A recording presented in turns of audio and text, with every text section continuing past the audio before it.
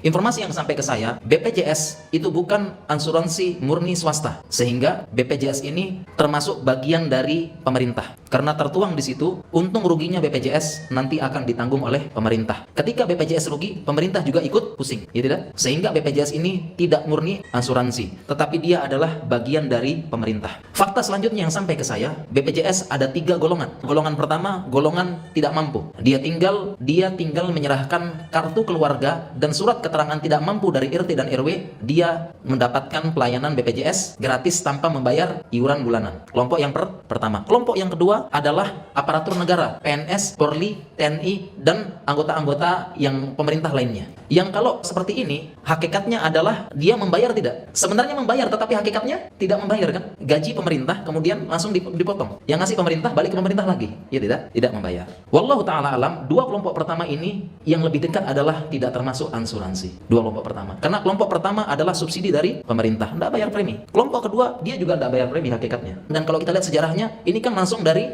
Askes kan? Ya tidak?